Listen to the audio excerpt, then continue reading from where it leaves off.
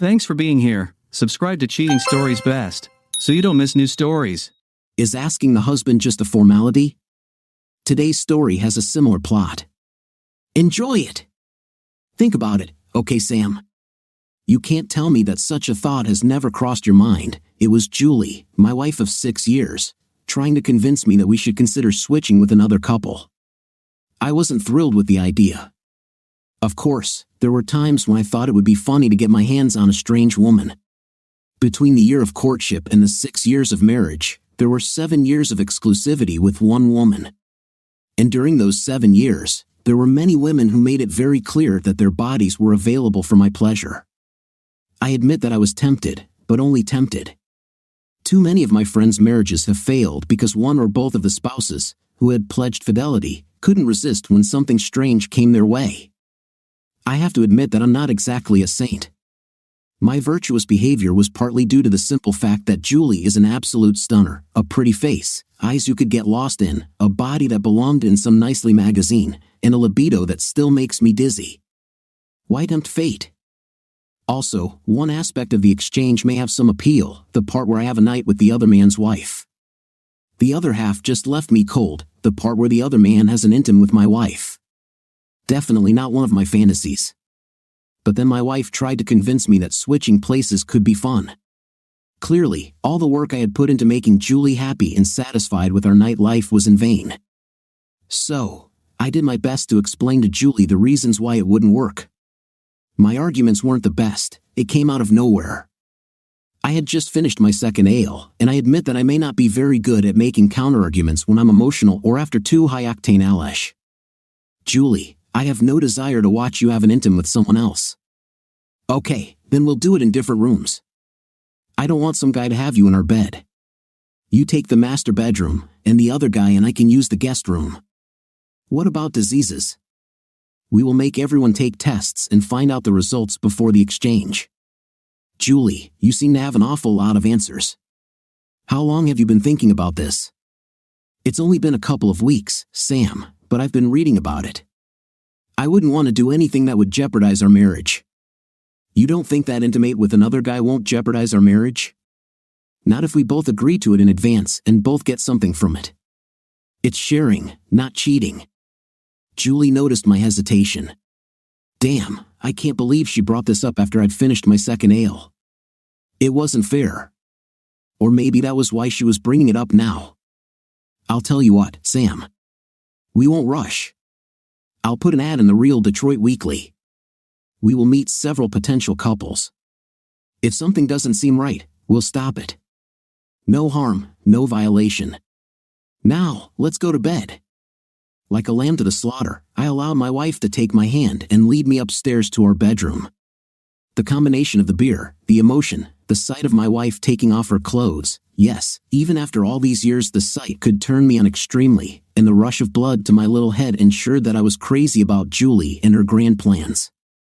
I did everything I could to turn Julie's world upside down that night, anything to make Julie realize that she doesn't need another man.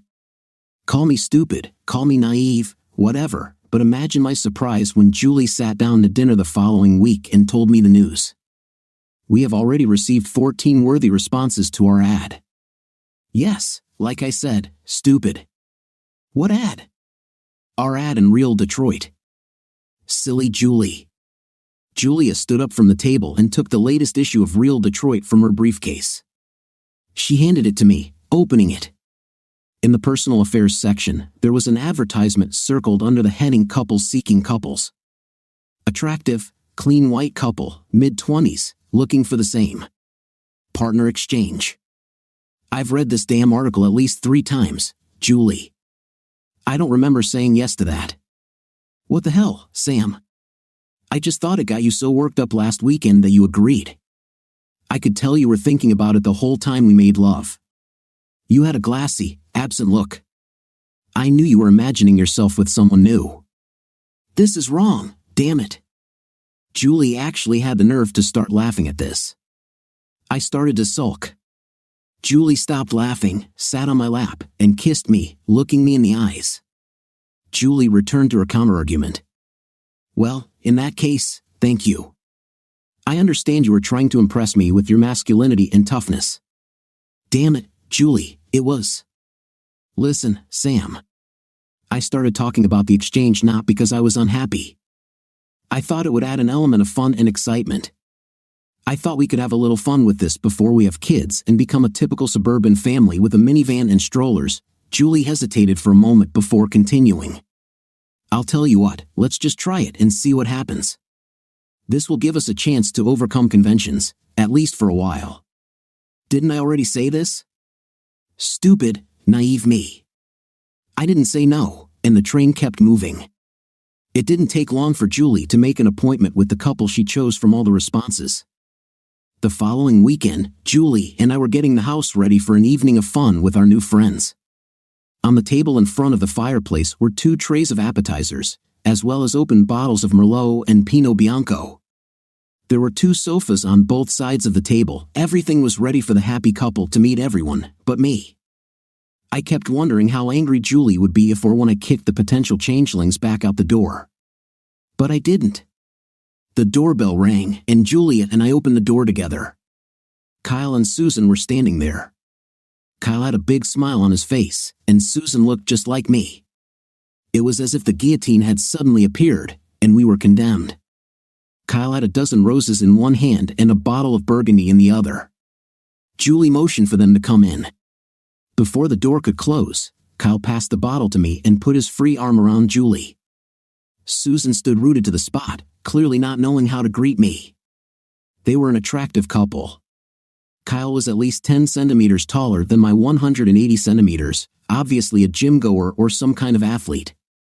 He had that handsome, stern look that women seem to be in awe of. Susan was a sweetheart, although she would have been even prettier if she had smiled. She really surpassed Julie in terms of figure. Her bust might have been a little smaller, but the whole package was something that would make most men's mouths water. We introduced ourselves, and the wine was poured. We sat and chatted. Each couple was on their own seat, but Julie sat opposite Kyle, and Susan sat opposite me. I was about to top up everyone's glasses when Julie stood up and announced, "Well, we all know why we're here." They left with Kyle. She looked at me with a smile on her face. "See you in the morning." Stunned, unconscious, I just sat and watched as the 2 of them went into the guest bedroom. Finally, I came to my senses and looked at Susan. What just happened? I'm surprised they lasted so long. I've never seen Kyle so excited. Have you 2 done this before? No. Kyle came home last week with a copy of Real Detroit and told me he answered your ad, said we were going to open our marriage. I had no choice in the matter. You don't seem to like it too much. Why did you post the ad if you have such doubts? I didn't. Julie did it, like you. I was overwhelmed by it all.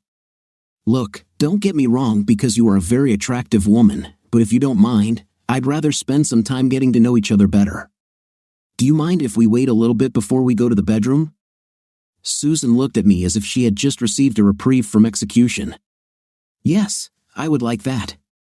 That's exactly what we did. We sat down on one of the sofas and talked. I liked her, but from our conversation, I realized that she was one of those women who needed a huge dose of self-confidence. She knew she was beautiful but felt she compared poorly to women like Julie and was reluctant to share her views on most of the topics we discussed. An hour must have passed. Susan and I were still sitting there, talking quietly with the lights off when Kyle walked out of the bedroom and into the kitchen. He was without clothes, and his body glowed when he opened the refrigerator door. The guy was built like a Greek god. Kyle grabbed 2 beers from the refrigerator and padded back into the bedroom, not noticing Susan and me. I understand that Kyle is, well endowed. Yes, there. It's big. It could hurt if he's not careful. I think this may be the reason for trading him. Damn, that's the last thing I wanted to hear. I lifted Susan off the couch. Okay, why don't I show you the bedroom? You can sleep in our bed, and I'll take the chair. I gave Susan one of my t-shirts to sleep in, and she insisted that I share the bed with her. I placed one of the king-size pillows between us. I have heard that Mennonite couples do this when they get engaged so that they can sleep together without violating their virtue. I don't know if it's true, but I felt like I did the right thing that night. I lay awake for hours, staring at the ceiling, wondering why I let Julie drag me into this story. It was 9 o'clock in the morning when I woke up. Susan's side of the bed was empty. I put on my sweatpants and walked down the stairs to the kitchen. Susan was sitting at the table alone, and the coffee pot was half full. "Sorry I slept for so long." "I see you found coffee, thank you. I need a cup." "I didn't make the coffee, you just missed Julie and Kyle." They had just returned to the bedroom to take a shower together. "Do you think we can keep these two apart?" I told Kyle I was leaving in an hour, with or without him. He didn't take it well, but I needed to be at my parents' house for brunch. It's their 30th anniversary. I grabbed the Sunday paper from the porch and went about my usual Sunday morning routine, coffee and the sports page, followed by the book review section. Susan sat across from me, reading or trying to pretend she was reading. At 11 o'clock, she rose from her chair and knocked on the bedroom door. "Kyle, it's time." "I'm leaving." Susan returned to the table, kissing the top of my head. "Thank you for being such a gentleman." "I'm sorry it turned out this way." "Me too." "Wait, that didn't sound right." "I don't regret that we didn't have a night." "Well, maybe I'm a little sorry because you're so gorgeous, but..." "I'm sorry." "Oh, damn, whatever." Just then, Kyle walked into the room with a huge smile on his face that I wanted to wipe off. He patted me on the back and said something as he walked towards the front door. "Did you and Susan have a good night?" "See you, Sam," and then he walked up the door. I went back to the guest bedroom and looked inside. Julie was asleep, and I left before I threw up. Julie didn't get up until 5 that day. I spent the afternoon on the treadmill. I didn't count the laps, but I wouldn't be surprised if I ran at least a half marathon. On the way home, I bought some Thai food, enough for 2 in case Julie got up and got hungry. She was hungry. We sat down and ate. Julie was all playful. "Did you and Susan have a good time last night?" "Actually, we didn't do anything last night. None of us were in the mood." Julie sat with her chopsticks at the ready, her mouth open. "You spent the whole night with this beautiful woman, and you're telling me you didn't do anything?" "Yes, that's exactly what I'm saying." She said Kyle put it on her and she wasn't ready to change. I wondered if Julie would catch the implication of my statement. She didn't. "Well, this is very bad. I'm sure you two would have fun."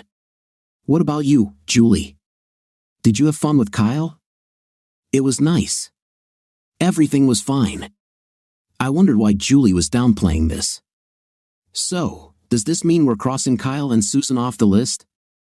Julie looked surprised by my statement. No, let's wait and see. Can we not talk about this anymore tonight? I hate to think that we have nothing more to discuss together. How was your run today?" "Okay." Maybe I'm slow-witted, but not that much. On Monday morning, I called our firm's lawyer and asked to meet with him and the family lawyer from his firm. Unfortunately, I had to fly to Seattle early Tuesday morning, and our conflicting schedules meant we wouldn't be able to meet until the following Monday. I also asked for a recommendation for a private investigator. That afternoon, I was at Rice Investigations' office, meeting with Ronald Rice. I briefed Mr. Rice on everything I needed to know. He said they could start investigating by Wednesday and would probably have something for me within a week. Here, I have to take a step back and explain how a 25-year-old guy ended up with a beautiful 1,000-square-meter house with a swimming pool and his own business. My grandfather, my mother's father, left both the house and the business to me, his only grandson, when he died 2 years ago. I started working in my grandfather's machine shop when I was 16, after school, on weekends, during vacations. This may sound bad, but my grandfather always gave me free time to play sports and go on dates. I attended a local university, majoring in business and accounting. Grandpa always said that there are a lot of guys who have technical knowledge, but few of them can run a business. Money management is as important as technical know-how if you want to run a successful business. Grandfather's will was common knowledge. I would inherit the house and most of the business. I met Julie at a reception with one of the large manufacturers to whom we supply machine parts. She was one of the clerks in the purchasing department. I took a chance when I noticed the missing ring on her left hand, invited her on a date. She said yes, and within a month, we were a couple. 6 months later, we were engaged. Then, my father intervened. He asked my grandfather's law firm to draw up a prenuptial agreement protecting my future inheritance if we divorced within the first 25 years of marriage. Dad said he would take the fall if my fiancée was upset about the prenuptial agreement. Julie didn't seem too upset about the conditions. She was madly in love with me. I remember her words exactly, 25 years, and that's all? I plan to be married to Samuel for at least 50 years. God, I love this woman. Grandfather died 4 months after his 83rd birthday. I think he might have lived to be 100, but he was 32 years old when he was captured by the Japanese during World War II and spent 18 months in a prison camp in China. If you know anything about the conditions in the camps, you know how harsh they were for the prisoners. More than 30% of American prisoners of war in Japanese camps died in captivity, compared to 1% in German camps in the European theater. Be that as it may, these months in captivity damaged some of his internal organs, but he always claimed that he was one of the lucky ones. He returned home after the war and lived as long as he did. Here I am, 29 years old, with a wife, a house, and a great business. Even after 2 years, I missed my grandfather every morning when I walked into the workshop. Dinner with Julie on Monday night went smoothly. We actually made love that night, as I would be gone until Friday. If you're wondering why I left town when my marriage was hanging by a thread, the answer is simple. My company needed this contract from a Seattle aerospace company that supplies Boeing. Without this contract, I might have had to lay off a couple of employees. I hoped my marriage would survive, but I needed that contract. I kissed Julie goodbye on Tuesday morning and told her I loved her. She thanked me for the night and said how nice it was. She hugged me and told me she loved me more than ever. I felt almost human again when I jumped into the taxi. As usual, Julie and I talked on the phone every evening while I was on the road. During a conversation on Thursday evening, I received good news. It was a good day, and I was in a great mood. Terms were agreed upon earlier in the day, and the contract would be signed tomorrow morning. Not only would everyone at the plant have a job for the next 2 years, but I may have to hire an extra machinist. Life was good, and then everything went wrong. Julie's voice shook with emotion as we chatted. I thought it was because of my news, but apparently something else was more exciting. Guess what, Sam? I spoke with Kyle today, and he explained why Susan was so reluctant to change last Saturday.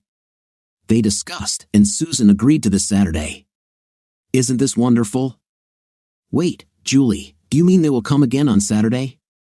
I'm not too thrilled about this. I've been out of town for 3 days and I'm looking forward to spending some time with you. We'll have it all done by Friday when you get home, Sam. Don't worry, you'll be a happy camper when I'm done with you. In my defense, it was a long 2 days of negotiations with 3 vice presidents, and I didn't have the energy to argue with Julie over the phone. I hadn't eaten much all day, and it was 7 p.m. on the West Coast. I told Julie I would see her tomorrow. I need to eat. She told me again how much she loved me before we hung up. I was told that the steaks at the Metropolitan Grill in Seattle were as good as anywhere in the U.S., but I don't remember much about the filet I ordered that night. There was bourbon, I remember that. Friday, I needed to concentrate and pay attention. Last-minute additions were made to the contract, nothing unusual for such a large order. This meant I had to switch from a 1-hour flight to a 5-hour one. There was 1 seat left on the 5-hour flight, and it was in first class, but I booked it. We spent the morning sorting out the final details, had lunch in the conference room, and by 2:30, I was on my way to the airport. When it rains, it pours like buckets, literally. Seattle may be used to a lot of rain, but thunderstorms are a different matter. My flight was delayed and then delayed again. We finally taxied to the runway at 9 p.m. After a 5-hour flight and a 2-hour time difference, the plane landed at Wayne Metropolitan Airport at 5 in the morning. The taxi arrived at my door at 6 o'clock, and I immediately went to bed. Julie woke up just long enough to kiss me, and then we both fell asleep. When I called Julie last night, she was watching crappy TV and always had trouble sleeping when I was out of town, so I guessed she was up most of the night. When I woke up, it was 2 o'clock in the afternoon. Julie wasn't home, but there was a note. Sam, I'm at the spa. I'm going to get a massage at 1 p.m., hair coloring, and everything else. Should be home before 5. Hope you got some rest. Love you, Julie. I knew better than to try to call Julie. She turns off her phone while at the spa. No, I never worried that Julie was using this time to get away from me, not even this afternoon. If you saw what she looked like every time she came home from the spa, you'd realize that 3 hours and $300 was a bargain. Julie burst into the house at 5 minutes to 5. You look great, baby. How about we go out to dinner tonight? Julie hugged me tightly and kissed me even harder. What are you talking about, Sam? The tailor will be here in half an hour. Wait, do you mean they'll still come? I assumed that you would cancel the meeting since we spent no more than half an hour together and had not slept since Tuesday morning. It would be rude to cancel a meeting at the last minute. Sorry, I thought we talked about this on Thursday. How Susan can't wait to make it up to you. I got angry. Is that why you spent the day at the spa, to get ready for Kyle? Of course not, stupid. Tomorrow afternoon we have the Kaufman wedding. You know what all these women are like, they'll tear me to pieces if I don't show up at my best. Now hurry up and shave, the tailor will be here soon. By the time I finished shaving, the doorbell rang. By the time I got to the front door, Kyle and Susan were already in the house. I have a few cans of beer chilling in the guest room. We all know why we are here tonight, no need to waste time. She took Kyle's hand and headed into the bedroom. I looked at Susan, she lowered her eyes. Sam, let's go to bed. Susan headed up the stairs to the master bedroom. I went to the kitchen and took a bottle of wine, 2 glasses, and 2 pears. By the time I entered the master bedroom, Susan was under the covers. I poured the wine and cut a few slices of pear with my pocket knife. What made you change your mind, Susan? Where does this sudden desire come from? I won't lie to you, Sam. I haven't changed my mind. Kyle told me that was part of the deal. If we didn't do this with you, you would stop letting us come. Don't get me wrong, Sam. I think you are a very attractive man and a true gentleman, but I'm not in love with you. That's not who I am. Please, let's go to bed and just do this. No, I think we both know who we are. We're not going to do it just because our spouses want it. Let's drink wine and watch TV. And that's exactly what we did until Susan fell asleep around midnight. An hour later, I got up and went down to the kitchen to drink something stronger. I was pouring myself a glass of bourbon when I looked out the back window in the moonlight. I could see 2 people in the pool, they were having a night. I didn't mean to watch, but it was like my friend once told me. He was skiing when he stopped, looked up, and saw a man skiing down the slope, apparently out of control. My friend said he didn't want to watch, the man was heading straight towards a grove of trees. The man crashed into more than one tree, and my friend still couldn't turn his head or close his eyes. My friend started crying while telling this story. This was 10 years after the event. That day I saw a man die, and I could not look away. I couldn't either. I threw up in the sink. Luckily, I hadn't eaten anything solid all day, except half a pear. I washed the vomit down the drain and headed back to the bedroom, pouring myself a second glass of bourbon.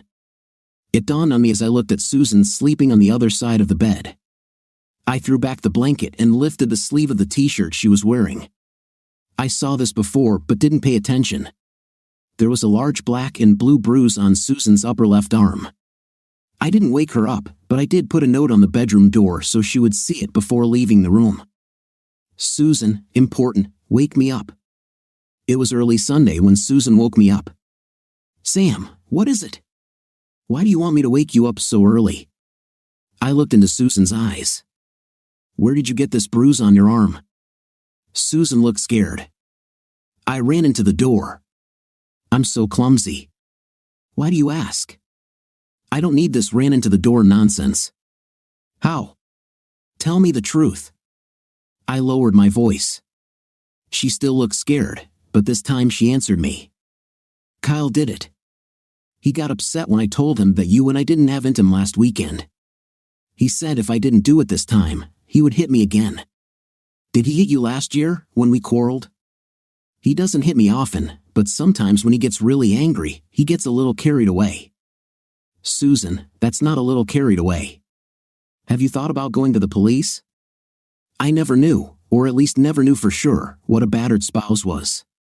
But I had watched enough Lifetime movies with Julie to understand everything Susan said over the next 10 minutes, all excuses for her husband's abuse, all the reasons she couldn't leave him, all the reasons why she refused to admit the truth when police questioned her last year. Susan spoke, and I listened, not trying to argue with her. Susan, don't worry. I'm going to tell Julie and Kyle that we had a night last night. You should say the same. Tell Kyle we've done this twice, remember? Twice. Tell him I was a gentleman, and it was a pleasure, not cold or anything, just cute. We need our stories to be true, but we can't let Kyle get jealous if Julie and Kyle want to get back together next weekend. Go for it. Don't act like you're impatient. Just tell him it's okay. You understand? I didn't tell Susan what I actually had planned for the coming week. I didn't trust her enough to not spill the beans if Kyle was mean to her. He might not have hit her again if he didn't think she was hiding something. When Julie and Kyle came into the kitchen later that morning, I played a game. Kyle, you were right. Susan and I had a fantastic night. The looks on Julie and Kyle's faces almost made me feel sick again. Kyle and Susan left soon after. Julie and I went to the Kaufman wedding and reception, acting like the loving couple everyone expected to see. Julie hinted while we were dancing that I could expect some action when we got home. But by the time we walked through the door, I told her I was too tired. I think she was relieved. She was probably still sore from last night. Monday will be a long day. I held a short meeting at work, assigning tasks to each of the managers of my company to prepare for a new job. At 10:30, I was out the door, meeting Ronald Rice opened my eyes. Here's what I found out. Kyle Taylor was a sales representative for a company that did business with Julie's company. They must have known each other well before Julie brought up the topic of swinging with another couple. The newspaper advertisement was a ruse to hide the obvious intended outcome. Kyle Taylor has a history of run-ins with the law. One of the reasons he never advanced beyond sales representative was his criminal record, one conviction for battery and a felony for assault. Kyle was lucky with his job, although both sentences were passed more than 6 years ago. He was investigated, but his wife Susan did not press charges, and he was released. By now, I wasn't too stunned to learn that Julie and Kyle had a long lunch last Thursday at the hotel. The more I heard, the more surprised I became that Julie, who I thought was a pretty smart woman, got involved with such a snake. Did she have any idea who she was having an intimate with? My meeting with the lawyers that day set everything in motion. Both lawyers listened to the chain of events leading up to today. They were glad I didn't have a night with Susan, but I noticed something in the way they looked at each other that made me uneasy. It would be very helpful if you could somehow get Julie to confirm that the exchange was her idea, that you never agreed to this. It would also be helpful if we could get a statement from Susan confirming that the night never happened. The lawyers and I discussed the prenuptial agreement and the expected terms of the divorce. According to the prenuptial agreement, my home and business were safe. I will probably end up sharing half of the other assets accumulated after the wedding. This, of course, hurt me, but I was determined to end this marriage as quickly as possible. A new contract for the plant would take a lot of time over the next few months, and I couldn't afford for that contract to fall through. It was easy to get Julie to open up on Monday night. She admitted that the idea of swinging was her initiative, since she now assumed that I had slept with Susan. Julie went on and on during a pleasant dinner about how she knew I would like it. She even admitted that she knew Kyle before the ad was submitted. I enjoyed the fact that I would soon get rid of the cheater. I decided that I needed to do one more thing, get Susan out from under Kyle's thumb. For this, I would need Ronald Rice again. Separating Susan from Kyle turned out to be easier than expected with Rice's help. We played on two of Kyle's biggest flaws, his overwhelming ego and violent tendencies. I called Kyle and asked him to meet me at a bar under the pretext that I needed to understand his secret recipe for making my wife enjoy intimate. I acted like a clueless cuckold on the phone, telling him that Julie just hasn't enjoyed intimate with me since we started swapping. What was his secret? Kyle couldn't help but swallow my words, spout his excellent lovemaking. The fool agreed to sit with me and share his knowledge about women. On Wednesday, we met and sat at a table in a bar. I listened to him. All this time, I continued to buy drinks. Kyle must have had 4 beers and 4 whiskeys in the hour and a half we were there. I thanked Kyle and told him it was time for me to leave, but asked the bartender to get Kyle one last beer before I left, just to thank you for your help. I wasn't there when the second part of the Kyle ambush happened, but Rice told me the next day that things couldn't have gone better. One of Ron Rice's partners, John Henson, leaned over the back wall of the booth and quietly said that Kyle was a complete piece of shit. Obviously, the whole thing was a provocation, but Kyle was too drunk to realize it, and as Henson walked past Kyle with his back turned, Kyle hit him. Henson screamed, and the bartender and 2 patrons called 911 while Kyle was subdued by 2 other patrons. $33,000 was well spent, including the $1,500 that Henson received for his role in the play. The cops showed up, Kyle was arrested, and charged with assault and battery. As a result, he had to serve 2 years. His public defender asked for probation, but given Kyle's past criminal record, the judge sent him to jail. I'd hate to frame him, but any man who beats his wife deserves to go to jail. 2 years seemed like a lenient sentence considering what he had done to Susan, but at least he was gone and Susan was safe for now. One of my lawyer's partners referred and helped Susan connect with a women's group to help abused spouses. I also asked a friend of mine who had a small business to offer Susan a job. It was only an entry-level position, but it helped Susan transition from an abused wife to an independent divorcee. As for Julie, things moved quickly. On Friday, after meeting with my personal banker, transferring some money, and closing several joint credit card accounts, Julie was served. On Friday evening, when she returned home from work, I decided not to serve Julie at work, even though it would have been nice to embarrass her in this way. My lawyer advised me to remain calm until a settlement was reached. I took his advice, and in the long run, it turned out to be a smart decision. Financially speaking, the locks had been changed. Julie was greeted at the door by my lawyer's representative and handed a packet of divorce papers. Before Julie could open the package, I called her into the dining room. "What is this, Sam?" she asked, holding the package in her hands. "These are divorce papers, Julie." "Sit down for a second." Julie just stared at me as she sat down. "Julie, I know you set up this whole charade so you could sleep with Kyle without me knowing." "I was set up." "I know you 2 knew each other before all this started." "I know you met him last week while I was out of town." "I'm not going to stay married to a liar and cheater." Julie resisted, "But you slept with Susan." "Don't play Mr. High and Mighty with me." "I never touched Susan." "We only told Kyle that lie so she wouldn't get beaten up again." "You didn't know that. At least I hope you didn't know that Kyle beat Susan after the first weekend when she and I didn't follow through on your agreement. We had to fake it the second weekend for her." "It doesn't matter now. Your little friend is in jail. He will most likely be there for some time. I sure as hell hope you don't do something stupid, like pay a deposit for him. If you do this, I will make sure that the financial agreement is changed in the divorce." Julie spent the next half hour trying to convince me that we loved each other, that we could forget about it and start our family. She even tried that it was just a night crap. I kept my cool.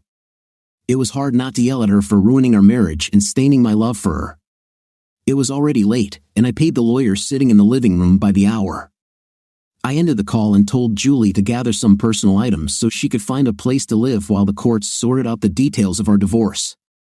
Julie had her own credit card and access to a checking account that still had a few thousand left in it, so she wouldn't be sleeping on the streets.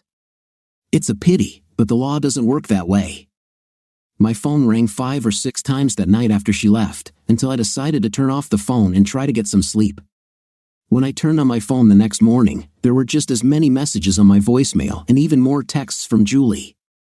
It wasn't fun or easy. I had a good divorce lawyer looking out for my financial interests, but nothing filled the giant hole in my heart. There were times when I almost stopped the divorce, thinking that I should give Julie another chance, but each time I remembered her deceitful actions and realized that I could never trust her again. During the divorce proceedings, Julie's lawyer tried to argue that I was just as guilty because I had an intim with Susan.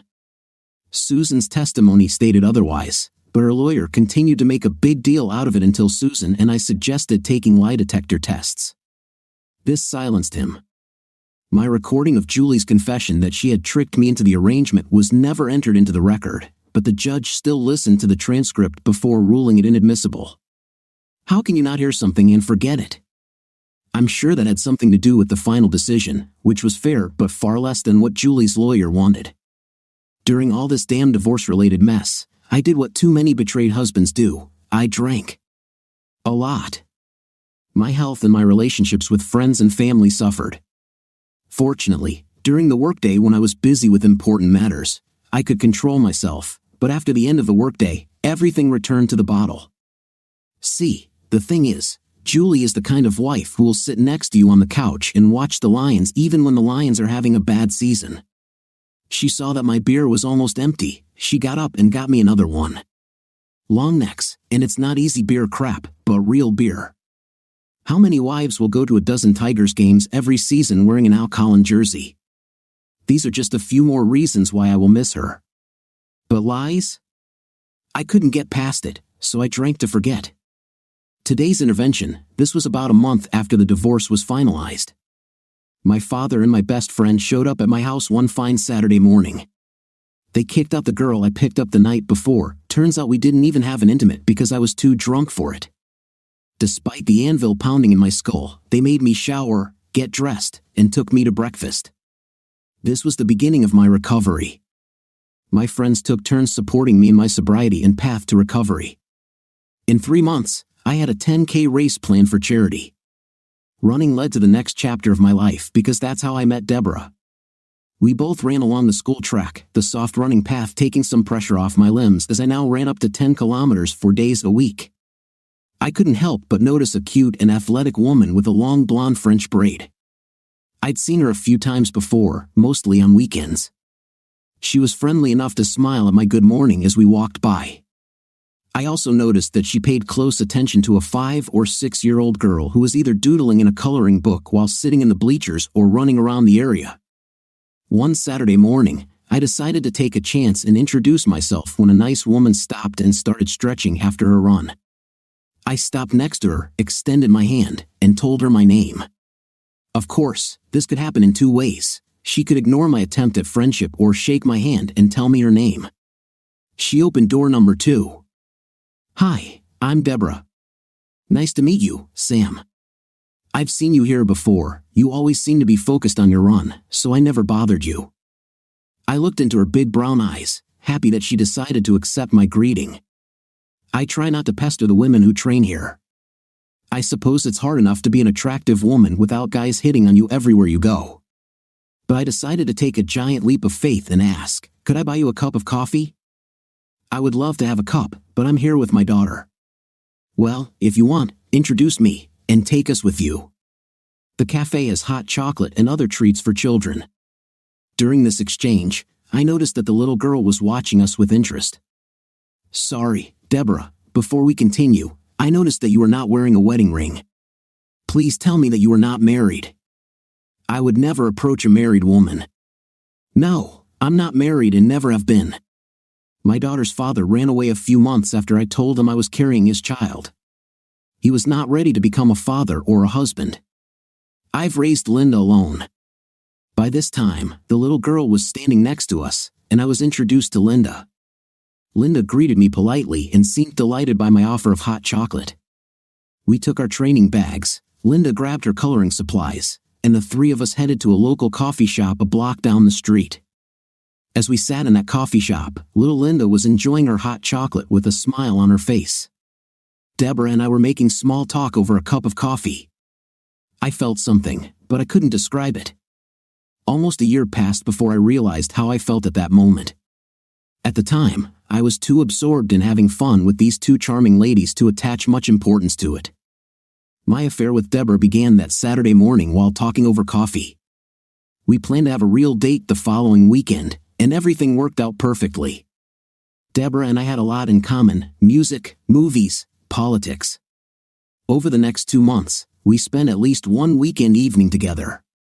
Linda was with one of her 2 grandparents or with a nanny. I tried to include Linda in our plans for at least one day every weekend. The little girl seemed to accept me and take a liking to me. Every once in a while, I would spend a weeknight having dinner at their house. Deborah and I took our time but eventually became close. After a few months of dating, it was during one of the weekends when Linda was with her father's parents. The father disappeared, but his parents were delighted with the appearance of their granddaughter, Deborah, and I decided to spend the weekend in Chicago. I went all out, 2 adjoining rooms at the Palmer House, symphony tickets at the CSO. Unfortunately, Iron Mike wasn't there that evening. All in all, a great Saturday evening. It turns out the second room was unnecessary. We made love a few days after returning from our weekend in Chicago. I was sitting in my home office considering a buyout offer from a larger company based in Birmingham, Alabama, when the doorbell rang. And who should be standing on the threshold if not my ex-wife? "Sam, can we talk?" I knew where this would lead, but I let her in anyway. An old song started playing in my head. My mother used to sing it sometimes while cooking in the kitchen, and there was a line in it, "Don't you think you always don't know what you've got until you lose it?" I listened as Julie tried to convince me to let her stay the night. She just knew deep down that if we made love one more time, it would convince me that we were meant for each other. Julie's outfit exuded seduction, a thin blouse that barely hid her fantastic breasts, a short skirt that emphasized her long, slender legs. Her makeup was lightly applied, as she knew I liked it. Julie was perfect. After Julie left, I grabbed the keys and drove to Deborah's house. It wasn't too late, but Linda had to go to bed, and I needed to talk to Deborah without interruption. Deborah looked at me curiously as she opened the door. I immediately started talking. "Deborah, my ex-wife came to my house this evening. She wanted to sleep with me to convince me that she and I should get back together." Before I could catch my breath and continue, Deborah interrupted me, giving me a look as if her best friend had just died. "Oh, Sam, you didn't." "No, wait. I told Julie I was single and kicked her out of the house. I'm only ashamed of one thing. I told my ex-wife that I love you before I told you. I rushed here as soon as I closed the door behind her to tell you that I love you, Deborah Jones, and that you've made me the happiest guy I know." These must have been the right words. That night, Deborah and I slept together. The offer from the Alabama company was very good. I met with their president. He reminded me of a younger version of my grandfather. I am a decent businessman who wanted to expand my company to compete with some of the big players in our business field. Since I owned a controlling stake in our company, I could make the decision on my own, but I approached my parents, who owned 15%, and our 12 employees, who owned another 18%. After reviewing the offer and hearing the acquiring company's need to not only maintain the plant in Michigan but also expand here, everyone agreed to the buyout. I agreed to stay for at least a year to manage the transition and train my deputy as plant manager. We negotiated for the next 2 months. The morning I had to sign the final papers, I got up early, poured 2 cups of hot coffee, bought 2 jelly rolls from the diner, and drove to the church cemetery. I placed 1 coffee and 1 muffin on my grandfather's tombstone and unfolded my lounge chair to sit for a while. "What do you think, grandfather? Am I doing the right thing? You spent 25 years building this business, and now I'm selling it. I wish you were here to give me instructions like you have done all these years." I admit I was looking for some sign from above, anything that would help me get rid of the guilt I felt about missing out on such a precious gift. Of course, all the logical T's were crossed and the I's were dotted. The sale made sense, all the employees agreed with this decision, but my heart did not agree with it. I sat for another half hour, finishing my coffee and muffin, waiting for the sun to rise above the eastern sky, hoping that some plant or animal or whatever would do something mystical. Nothing. Not the wise owl sitting in a nearby tree making a sound that I could interpret as a sign. Nothing. I folded up the lounge chair and headed to the car. I went to the lawyer's office and signed the papers. I felt like crap despite the smiles of everyone else at the conference table. On the other hand, my personal life couldn't have turned out any better if I had starred in a Hallmark movie. I was in a loving relationship with a beautiful inside-and-out woman. Almost a year after the night I confessed my love on Julie's porch, Julie and I were engaged. And that's when things started to get tense between Linda and me. During the time Deborah and I were dating and up until that point, Linda spent at least 1 weekend a month with her father's parents. I was usually at Deborah's house when Linda arrived on Sunday afternoons, and we never noticed any negativity after Linda returned home. But Linda's attitude changed shortly after Deborah and I announced our engagement. Suddenly, Linda began to act differently towards me. Linda's paternal grandparents asked if Linda could spend more time with them, and Deborah graciously agreed. Now Linda visits their home at least twice a month. The first clear sign that something was wrong appeared 2 months before the wedding. I asked Linda if she would take her empty plate to the sink after dinner. Her answer was, "You are not my father, and you cannot tell me what to do." Linda ran out of the room. Deborah and I looked at each other. "Where did this come from?" I asked. "I don't know." "Let me check on her," was Deborah's answer before getting up from the table. I sat there for 10 minutes or more before I realized that Deborah wasn't coming back to finish her meal. I cleared the table, including Linda's plate. I put the dirty dishes in the dishwasher, the leftovers in the refrigerator, and still no sign of Deborah. I walked down the hallway and gently knocked on Linda's bedroom door. Deborah opened the door, walked out into the hall, and told me she would be staying a little while, that Linda is very upset. Should I just leave? Probably. I'll call you tomorrow. I'm going to spend the night trying to figure this all out. I left, went to Miller's Tavern for a drink, and then headed home. The relationship between Linda and I did not improve. In fact, it slowly got worse. I was at a loss trying to find a way to reconnect with Linda. I even read a couple of books about adopted children and talked to a therapist. Sometimes what I tried seemed to get us back on track, but not for long. It was 1 step forward and 2 steps back. It was a month before our wedding when we also learned that Linda's father, Nathan Miles, had returned to town and was living with his parents. Here's a guy who ran away when his girlfriend was 4 months pregnant, saw his daughter a total of 3 times in the first 7 years of her life, never paid a penny of child support, and suddenly we're hearing hints about parental rights from Nathan's parents. Throughout this 3-month period up until the week before the wedding, Deborah tried her best to play the role of referee. She tried many ways to improve the relationship between Linda and me. Unfortunately, Deborah saw everything through the eyes of a single mother who was solely responsible for the well-being and upbringing of her child. She was clearly biased towards Linda when it came to who should do what to make the relationship work. That's why I read those books and talked to a therapist. Things came to a head the weekend before our wedding. I was sitting in Murphy's, drinking a bottle of beer, when Nathan Miles walked through the door. I had only met him once before when he dropped Linda off after one of her visits to her grandparents. Nathan stood next to me and began, "Listen, you're not going to take on the role of daddy to my little girl. Her mother has no right to let you be her daddy. I won't let this happen." I turned in my chair to look him straight in the eye, but before I could say anything, Ed the bartender came over and asked him to watch his mouth. There were other people at the bar. He also warned the 2 of us to be quiet and not be rude. Ed's words calmed me a little, and I softened my answer to Nathan. "Look, I won't try to take over your role as Linda's father, but that means you have to become a father. You can't be her father if you're only going to see her once every couple of years, or if you call her mother obscene names. It doesn't work that way." Nathan's response to my attempt at politeness was not at all what I expected. He shouted, "You! I will raise my daughter the way I want, and hit me.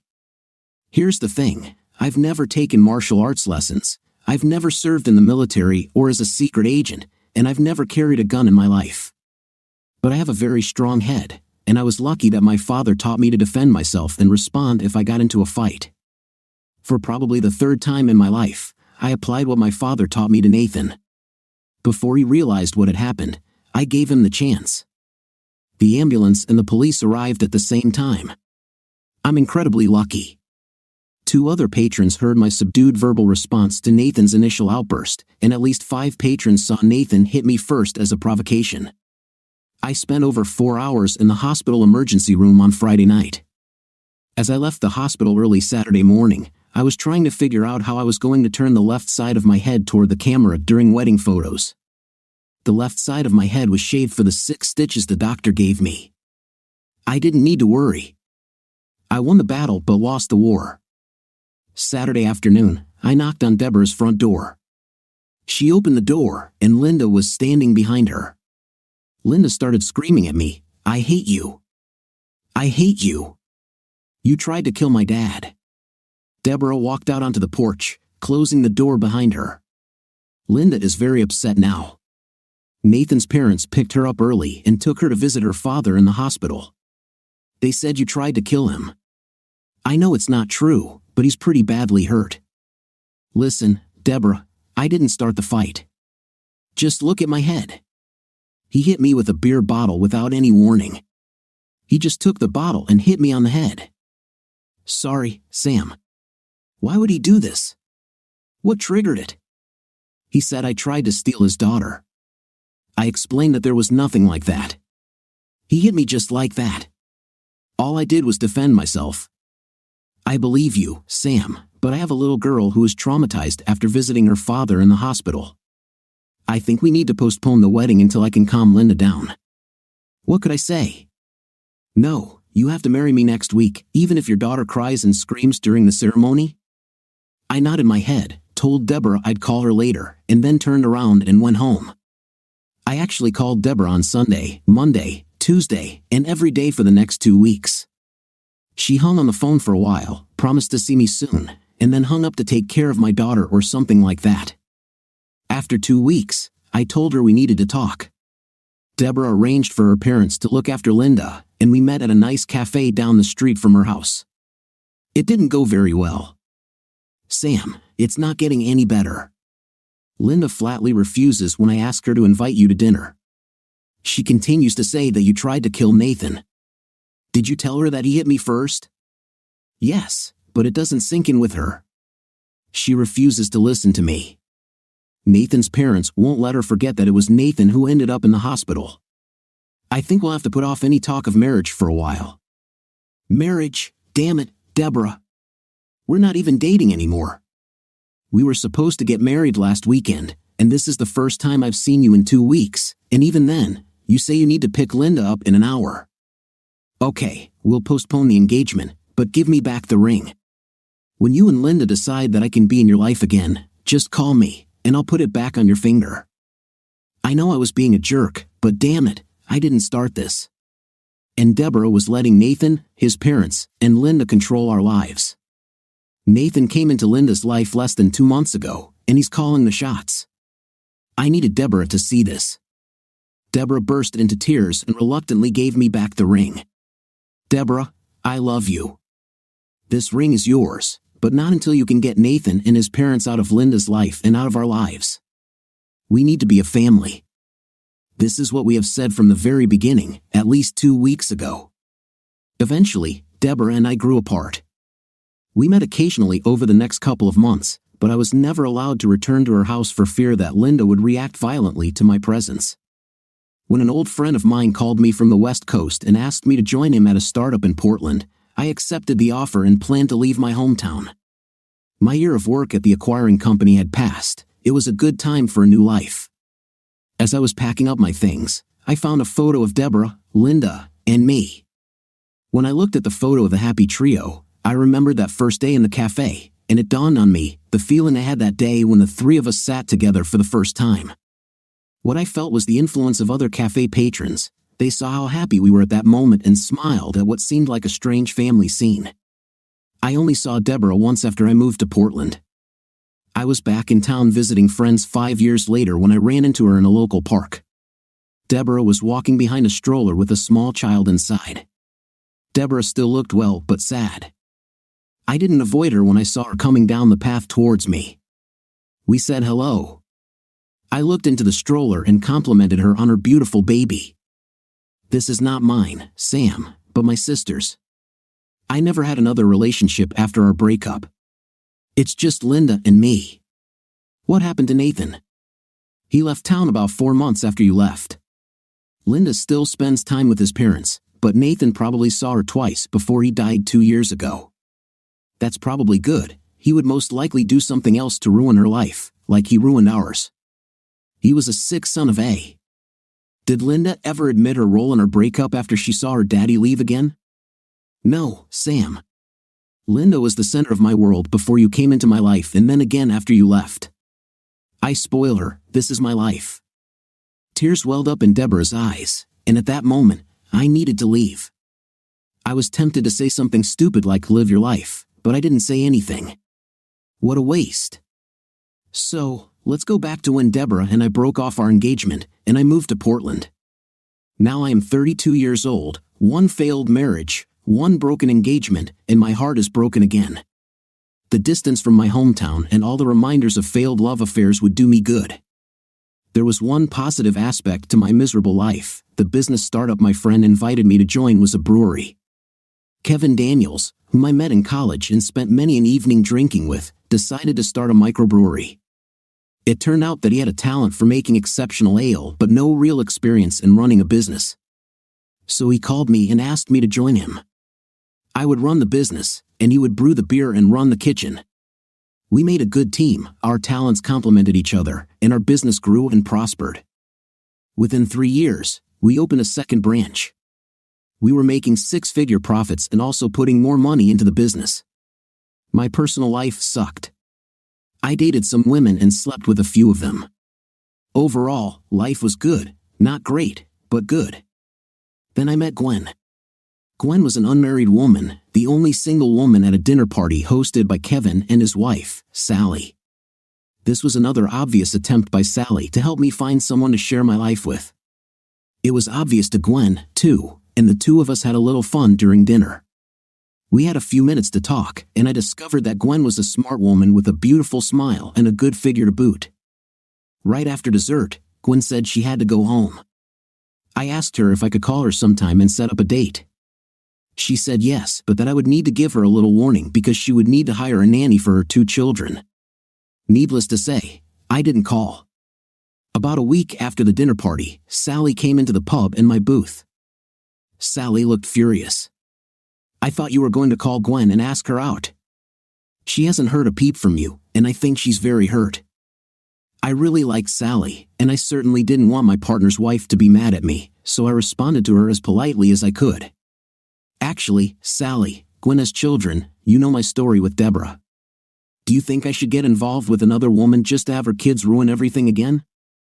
No thanks, Sally stared at me for a moment. Wow, I didn't even think about that. I'm sorry. I just thought you two seemed to be getting along last Saturday. I forgot about Deborah and about what happened. Apology accepted. If you talk to Gwen, please tell her that I think she is beautiful and smart. Please tell her that I am sorry if I deceived her. If necessary, tell her why I will not call her. Okay, Sam, I will take care of it. Sally left my booth, and I went back to my beer. 2 days later, I looked up from my desk and saw Gwen. She was even more beautiful than I remembered from Saturday dinner. Hello, Sam, can I come in? When will I learn? I stood up and invited her in, closed the door to my office, and pulled out a chair for her to sit. She was wearing a mid-thigh skirt, and her legs were longer than I remembered. Her white blouse contrasted nicely with her dark complexion. Then I noticed her eyes, light brown with green flecks. I don't remember ever seeing eyes like these before. Her dark hair fell just below her shoulders. I had to focus on her words because I was half drunk looking at this beautiful woman. Sam, Sally told me why you didn't call. It is understandable why you would be wary of children after such an experience, but I am not that other woman. And I think if you met my 2 children, you would see that they are different too. What about their father? Their father lives across the river in Vancouver. He sees them twice a month and about a month in the summer.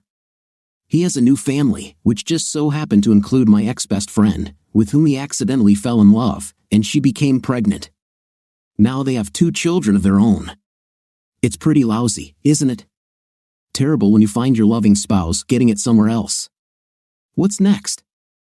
I thought Sally said you broke up before the wedding.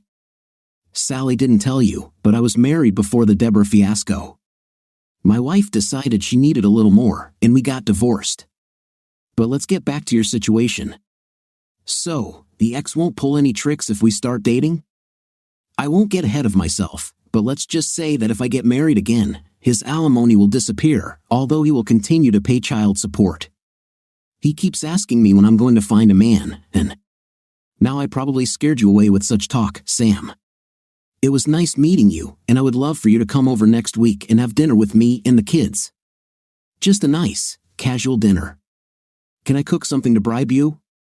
Anything but what we serve here in the pub. I end up eating here 5 or 6 days a week. Are you familiar with Italian cuisine? I have my mother's recipe for lasagna. I could make it with garlic bread. Lasagna, is it true? That evening, Gwen smiled. I could get used to that smile. I showed up the following Tuesday with a bottle of Chianti and a small bouquet of flowers. I met Jake, 7, and Robin, 5, 2 very sweet, very polite children. There was still half an hour left before dinner was ready. Jake asked me if we could play catch before dinner. I didn't bring my mitt. You could take one of Daddy's, he left a couple here. I looked at Gwen. A couple? Matt played for the Portland Sea Dogs. That's where I met him. It's a long story that we can discuss when the kids aren't here. I thought I saw a slight blush appear on Gwen's face as she told this story. Jake grabbed 2 mitts, and we headed to the backyard. The kid had great hands and could catch, which surprised me since he was only 7 years old. After 20 minutes of this, Gwen and Robin came out and watched for a few minutes before calling us in for dinner. The smile in Gwen's eyes as she watched us pulled me closer to the whirlpool. This was the 2nd month after Gwen and I started dating. I was invited to accompany Gwen and the kids to a preseason barbecue for Jake's little league team, a get-together of sorts organized by the coach to get parents involved before the season's first training. This was most likely an attempt by the coach to convince parents to buy into his program, including convincing the parents of all these future major league stars to shut up and let him coach the kids. Much to our surprise, Matt was there. Jake must have told him about the barbecue because Gwen said she didn't. I recognized him from a photograph that Robin keeps on her dresser. I noticed that Matt was alone, and my senses began to flutter in anticipation of a fight. Matt walked up to us, and both kids ran up to give Matt a big hug. Then he straightened up and extended his hand. You must be Sam. Jake and Robin told me about you. Thanks for helping Jake with his game. He's gotten a little better over the last couple of months. Jake said you're working with him on it. Matt looked past me to Gwen. Hello, Gwen. Hello, Matt. Where's Nancy? She didn't want to come this afternoon after what happened last time. She said it's about Jake, not the adults. I think deep down she's still confused about how things turned out. Let's leave everything as it is. I looked at Gwen and saw it in her eyes. She would never accept that her best friend stole her husband. But then Gwen did something that just surprised the hell out of me. She looked me straight in the eyes and gave me a smile that made me smile. Have you ever met someone you were prepared to absolutely hate but ended up loving? This is what happened the day I met Matt. He had such an easy, charming manner that tapped into the ball of vitriol I had been saving up in case I met the man who broke Gwen's heart. While Gwen was talking with the other mothers, Matt returned, and we spent another 20 minutes or so getting to know each other better. He left and joined another group of fathers. But just before the barbecue ended, he approached me again. Okay, maybe that's when I'll get a warning, I thought to myself as he walked toward me. Sam, I've done a lot of stupid things in my life, but there's only one thing I'm truly ashamed of. Gwen never deserved to be abandoned like Nancy and I did to her. She's a wonderful lady and mother. My love for Gwen wasn't strong enough to resist temptation when Nancy and I started flirting and then fell in love. I won't make excuses for myself, but I really wish Gwen all the happiness in the world. I know her well enough to see something in how she reacts to you.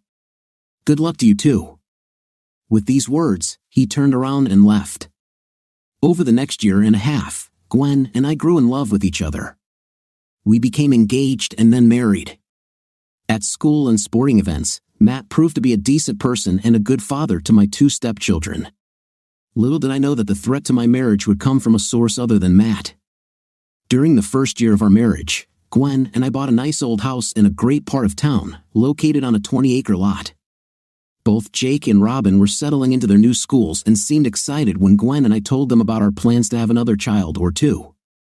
Robin was actually excited at the prospect of becoming a big brother. Jake was at an age where he was more like, how does this affect me? It was a friendly area. Several of our new neighbors came to greet us with small gifts. Donald and Joan Green, who lived next door, were the friendliest of all. A week after moving in, they invited the four of us to dinner. Gwen and I were invited to a small party for 3 other couples that the Greens were throwing the following weekend. Maybe too friendly, Gwen commented as we left the party the following Friday night. How many times did Joan flirt with you this evening? What? I smiled because I really couldn't remember how it happened, typical ignorant man. Gwen continued undressing for bed, watching me for signs of deception, but she noticed my confusion and simply smiled back. Come on, don't tell me you didn't notice her snuggling up to you at least 2 or 3 times. And when Donald tried to get me to dance, I thought he was trying to trip me up. Damn, I felt like we were back in high school. I looked back and actually remembered watching the 2 of them dance. At the time, I thought Donald was just a lousy dancer, but now I know better. What a goat. I'll have to keep an eye on him. It was fun, but it was a weird party. When I spoke with the Collins couple, I felt like I was being interviewed for a job, and when we said we were leaving, the Greens seemed disappointed, but the others breathed a sigh of relief. It was as if they couldn't wait for the door to close behind us. The girls invited me to join them at a spa they're going to visit on the coast next month. I'm not sure I want to go. Why not? When was the last time you had the opportunity for a girls' weekend? Not once in all the time I've known you. And you always say how you wish you had several girlfriends. Think about it. By this time, Gwen had pushed me back onto the bed. Are you trying to get rid of me? You know that's not true, I answered, kissing her. Up until this point, I had avoided saying anything about our nightlife. I always considered myself lucky that the 2 previous women in my life were very good lovers. I'll just state that with Gwen, I'm not missing anything. Next month, Gwen was due to join the ladies for a 2-day weekend at a luxury spa. I was invited to join my husband at Donald's house for poker. We'd been playing poker for a couple of hours, booze flowed freely. The language and themes became more and more obscene. Hal Collins even shared some intimate details about their intimate life, more intimate than I was willing to share. Although I could feel 3 pairs of eyes on me, waiting for me to relax, after another 10 minutes of banter, Collins said to David, "Why don't you get another deck of cards?" David laughed before standing up and grabbing a deck of playing cards from behind the counter. At first, I thought the cards would be marked, and I would start losing. But then David shuffled the cards, Larry cut the deck, and David dealt each of us 5 cards.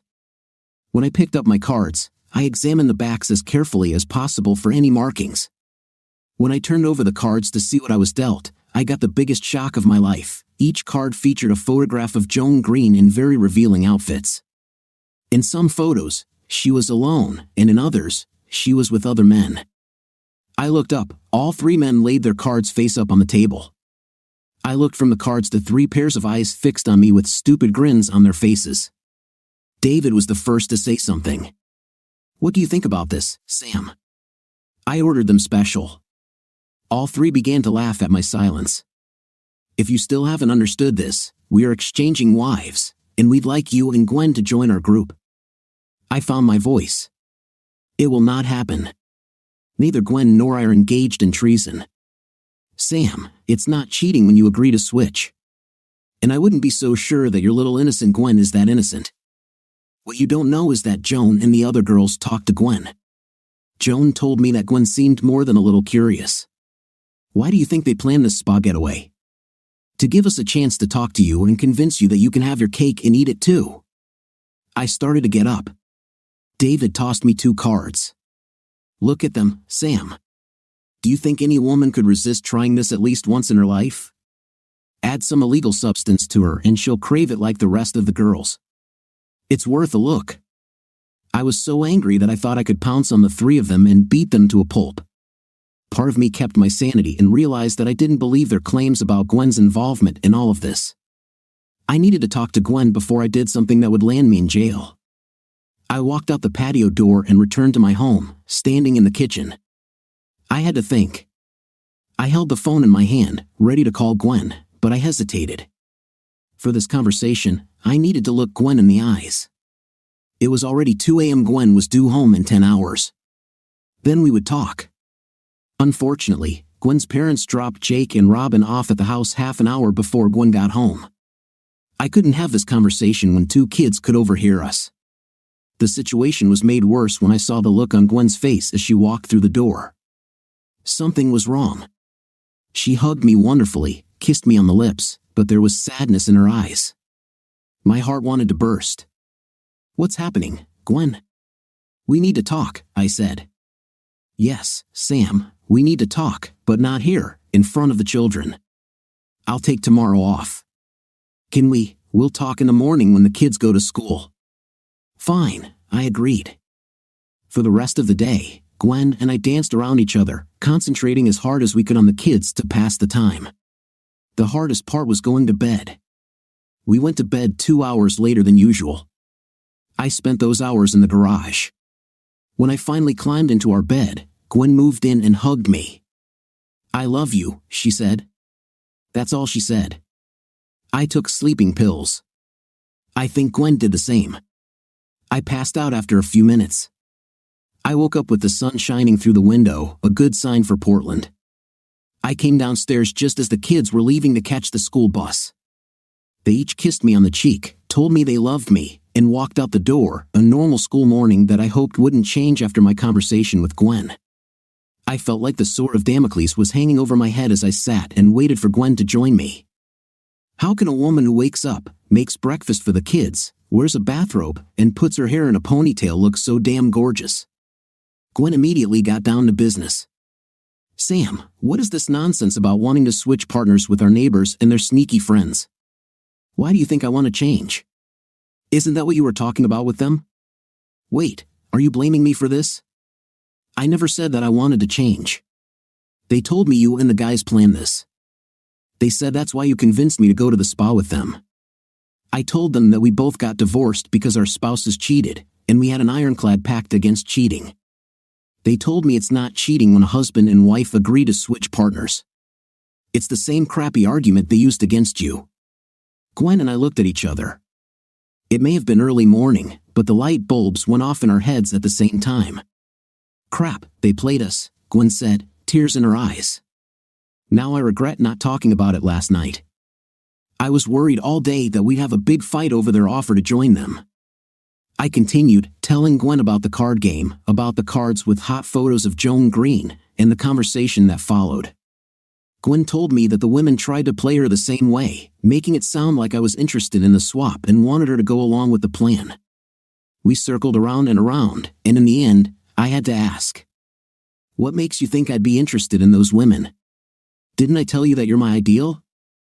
Sam, you should know by now that almost every woman, especially in her 30s, is at least a little insecure. And I saw all 3 of those women be without anything last weekend.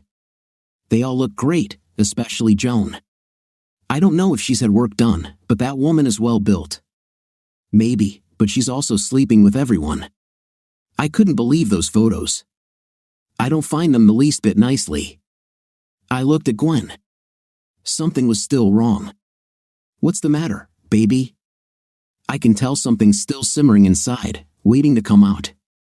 "What's on your mind, Sam?" "I hope you don't hate me, but something else happened this weekend, and I'm ashamed of myself." "I'll try to stay calm, Gwen." "Go ahead, tell me." Gwen took a deep breath and began. Her eyes alternated between looking at me and at her hands as she spoke. All the girls wanted massages and convinced me I needed one too. I didn't see anything wrong with it. The spa seemed reputable to me. That's when I saw all the women without clothes. It didn't seem like anything special to me. I've seen without clothes women since I played sports in high school and college. I wrapped myself in a towel and lay down on the massage table. The girls handed me a glass of wine. 2 massage therapists entered the room, and I was surprised that they were both men. One was tall and blonde, and the other was a stocky guy of Mediterranean appearance. But first, they each began working with Joan Green and Tina Collins. I sat and watched while drinking wine. I wanted to make sure the massage was legit, and it looked like it was. Nothing that either man did aroused my suspicions. At the same time, the wine made me feel warm inside, and by the time I finished the glass, I felt a tingling sensation. When it was my turn, the girls said they had a special treat for me. I lay down on my back, covering myself with a sheet from my hips to my chest.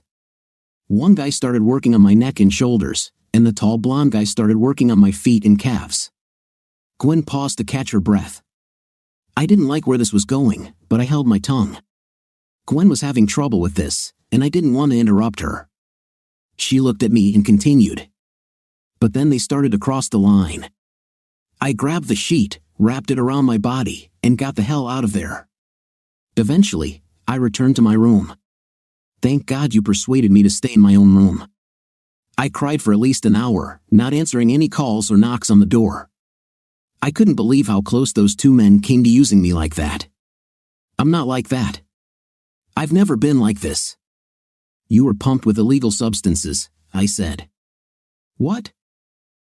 How do you know? Oh, I can't say for sure, but I'd bet $1,000 on it.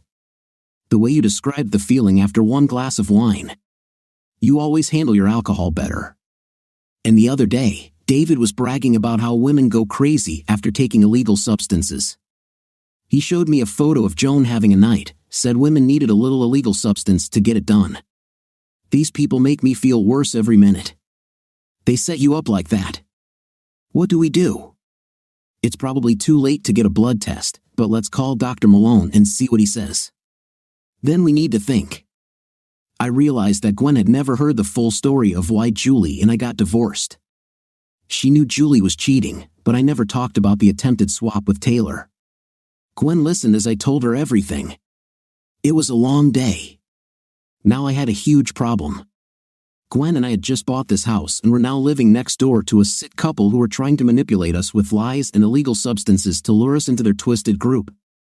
We couldn't afford to sell the house. We would have lost tens of thousands of dollars. Besides, with the exception of the Greens, we liked the area, and the children had just settled in too. But how can we live next door to people we absolutely hate and who disgust us? Plus, part of me just wants to make them suffer for their attempt to manipulate us, regardless of our marriage. They may have even been the reason for the previous owner's divorce. If we couldn't move, perhaps the Greens could be persuaded to move. But how? I racked my brain for several days until it dawned on me. Both the Greens and Collins had reputations and prominent positions in the city. They were switching spouses, but they kept it a secret. And even if someone found out, in a liberal city like Portland, would it be such a big deal? Most people would probably think it involves an exchange of partners between two couples. What's the problem? But I saw those playing cards, photos that Donald thought would excite me and entice me to join their little gang. More than a few photos were taken by their pool. The Greens had a high fence for privacy and bushes that prevented any snooping. I even looked up from our upstairs bedroom window and saw nothing.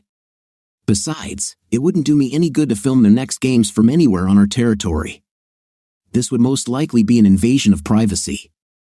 I could embarrass the Greens, maybe even get them to move, but I would end up getting sued and probably lose.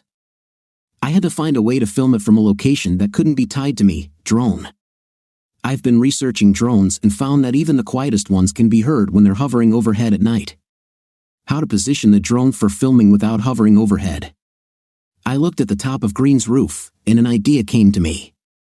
It would take practice and patience, but I think it could be done. With the general plan in mind, I sat down next to Gwen and told her my plans.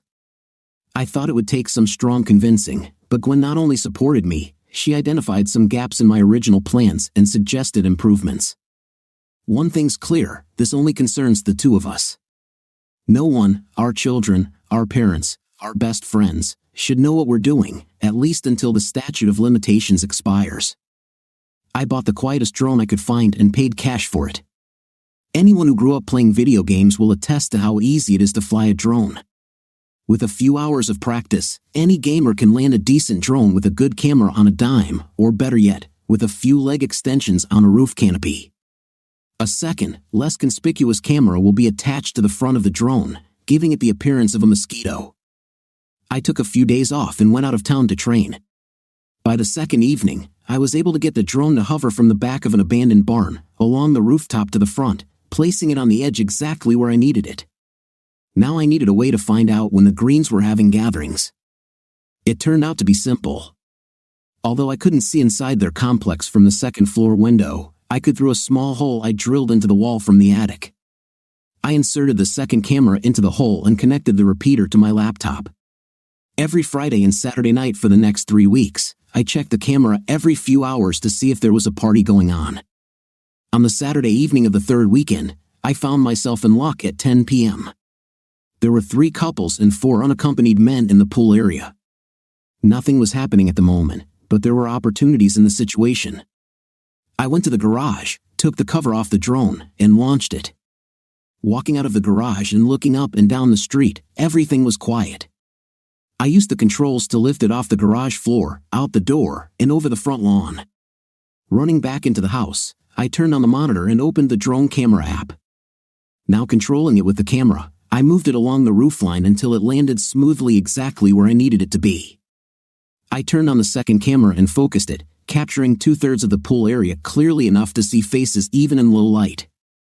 I let the computer record what was happening and went to the kitchen to get a beer.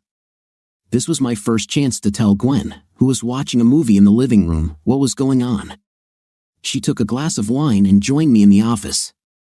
Just after midnight, we had enough footage for a decent adult film. I had all the necessary footage as the party next door moved inside. I fired up the drone again and pointed it back towards our garage.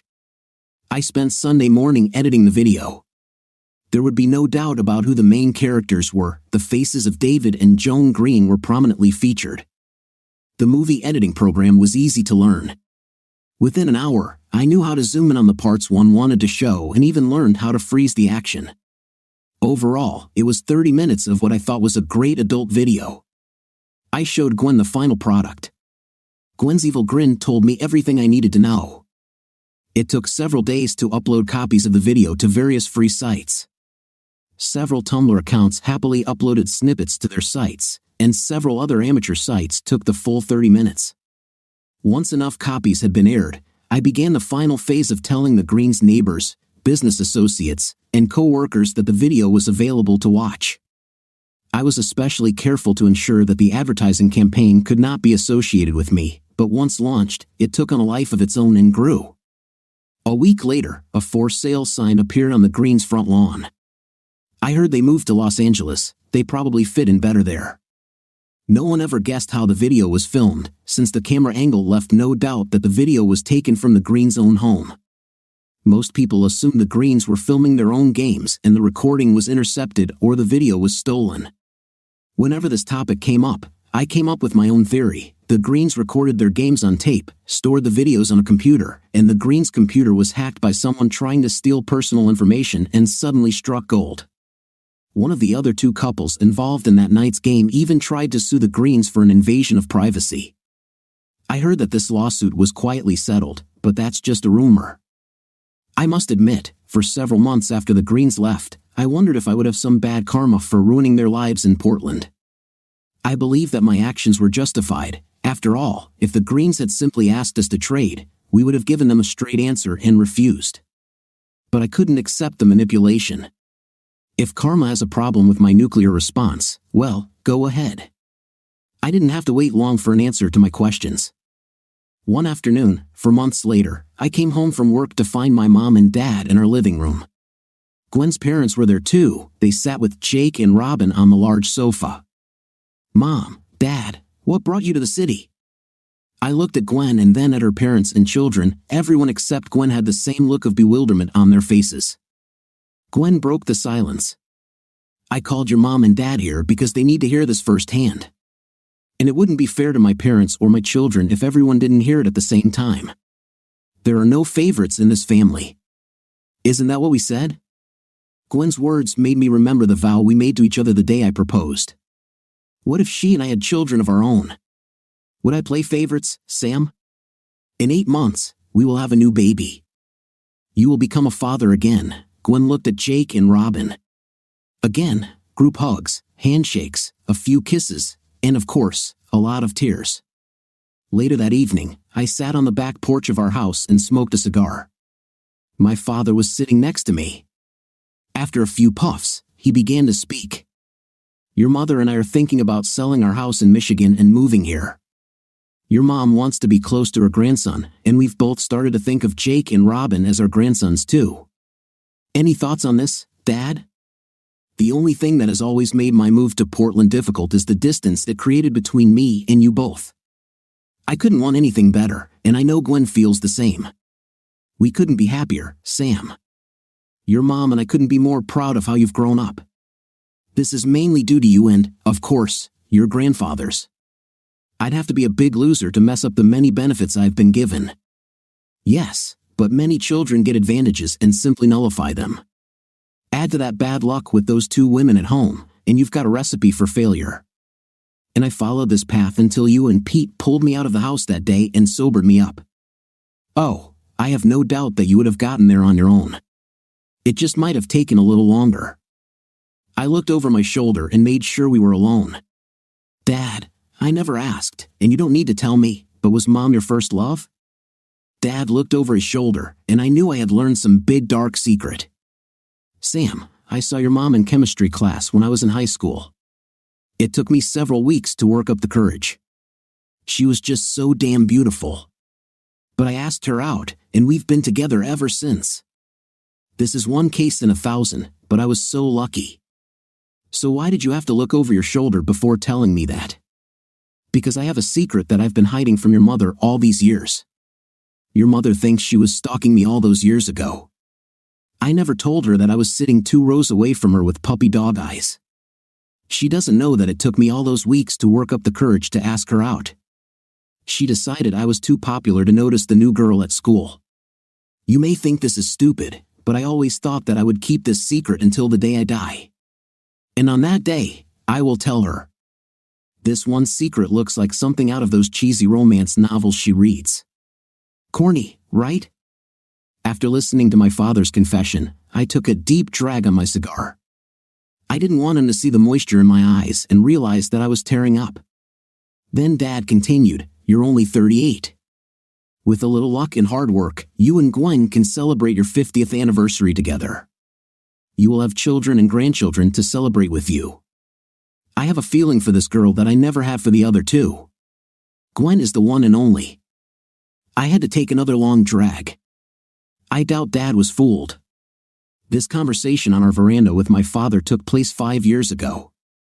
8 months later, Gwen gave birth to a baby girl whom we named after our mothers. Mom and Dad sold their house in Michigan and bought 2 acres on the river northwest of town in St. Helens. Kevin and I are resisting offers from a major national beer brand to buy our 4 pubs and brewery.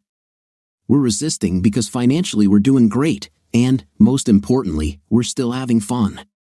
Neither Kevin, Sally, nor Gwen are greedy, so it just works. When Gwen and I had our second child, a boy we named after my grandfather, we decided 4 would be enough. The way Gwen has stayed in shape after 4 children is a miracle. I look at this woman every chance I get. She laughs loudly because sometimes I sit on the toilet and just watch her shower. It's like my personal adult show that I don't want to share. It took a few years, but we even invited Matt, Nancy, and their 2 kids to our house for Thanksgiving dinner. It was a difficult decision, but we decided that it would be easier for Jake and Robin as they grew up if all the adults in their lives could be together in one room, especially if it's to celebrate and give thanks for all the blessings we have had in life. Gwen's parents and my parents were there too. That night before dinner, we had to sit down with Gwen's mom and explain the rules. This woman may have a sharp tongue and still gets angry when NY's name is mentioned, but the first Thanksgiving went off without a hitch, so we did it again last year. I think it made the right impression on my stepchildren. I guess that was my way of saying, maybe a little long-winded, but there was nothing else we were doing in hell, sitting on that river and pretending we were going to catch some fish today. That life just throws you a curveball sometimes, especially when it comes to finding the one. It took my father 1 try, and it took me 3, but I'm enough of a romantic to believe that everyone has a soulmate. Just remember not to settle. B. Sam and Julie's cancer was destroyed by cheating. Julie got Sam into a partner swap agreement with another couple, Kyle and Susan, even though Sam was against it. It was later revealed that Julie had engaged in an intimate relationship with Kyle long before their exchange. He was revealed to be a man who beat his wife, Susan. As a result, Sam filed for divorce. After his divorce, Sam meets Deborah, a single mother, and her daughter Linda. They begin a relationship and plan to get married soon. However, a week before the wedding, Linda's father Nathan appears and confronts Sam after a bar fight in which Sam defends himself. Linda accuses him of trying to kill her father. Deborah, under pressure from Linda and Nathan's parents, is forced to postpone the wedding. Gradually, Sam and Deborah's relationship falls apart due to the influence of Nathan and his parents. Sam moves to another city. Years later, he accidentally meets Deborah, who has not found a new relationship since their breakup. Nathan abandoned Linda again, and Deborah devoted herself entirely to her daughter, spoiling her. After moving to Portland, Sam meets a woman who has 2 children and takes another chance, but this time it works out great. They get married and buy a house. After a party with the neighbors, they realize that the neighbors tried to deceive and manipulate them into agreeing to a spouse swap. Instead of falling for their trap, they manage to survive by filming explicit footage of the neighbors' intimate games from a drone and posting it on the internet. The relationship between Sam and his third wife becomes even stronger.